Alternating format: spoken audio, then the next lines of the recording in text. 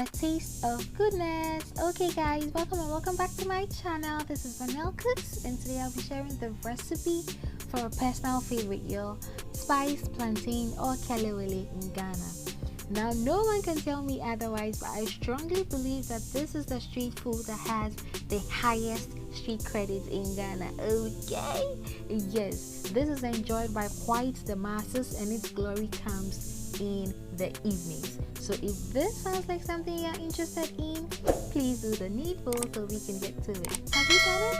Good, let's get right to it, y'all. So for our ingredients today, we have our plantains, obviously.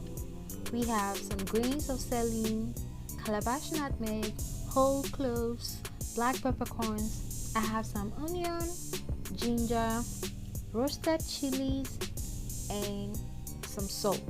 Okay, let's start cooking.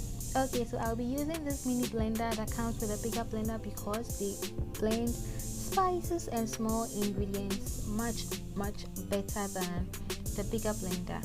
Okay, so in here I'm just adding all of my dry ingredients, i.e. my spices, to the blender, and I'll give it a good blend once that is done. Okay, so this is it after blending quite an amount, so I'm going to take 1 teaspoon of that and add that to my plantain and reserve the rest for later use. I'm just going to now go ahead and coat every single plantain in here with the spices because we need every single one of them to be spicy. Then I'll season with some salt, give that a good mix as well, just like so.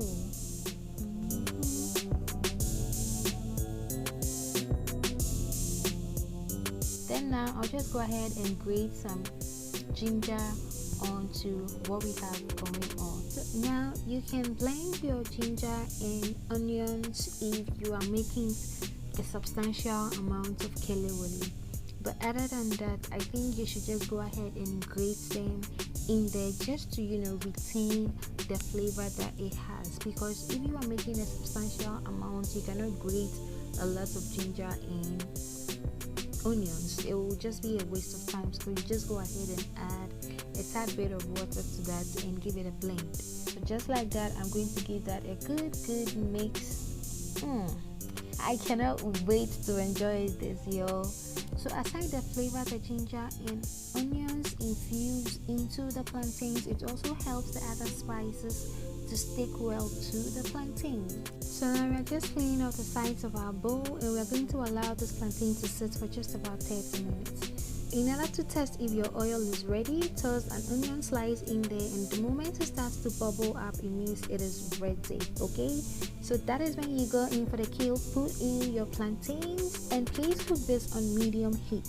You do not want to cook this on low heat because then the plantain is going to soak up the oil, and if you cook it on high heat, it's going to burn and you're not going to achieve that golden color you are looking for. And once the plantains go in there, please do your possible best to not stir immediately or vigorously, because when you do that, all the spices are going to fall off the plantain and you're going to end up with just fried plantain. You can check on it intermittently to give it a quick toss here and there, and ta-da! And golden beauty is born.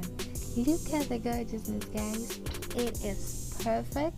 Once you achieve your golden color that you are looking for, you just get it out of the oil and it's pretty much ready for enjoyment. Just look at this gorgeousness.